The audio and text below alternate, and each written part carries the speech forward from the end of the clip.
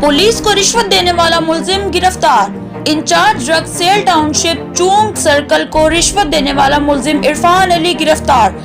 In charge drug cell ने मंशियात के मुकदमे में मुलजिम सादिक मसीह को गिरफ्तार किया। मुलजिम इरफान ने सादिक मसीह को रियायत देने के लिए ईमानदार ऑफिसर मोहम्मद असलम शफी को रिश्वत की पेशकश की।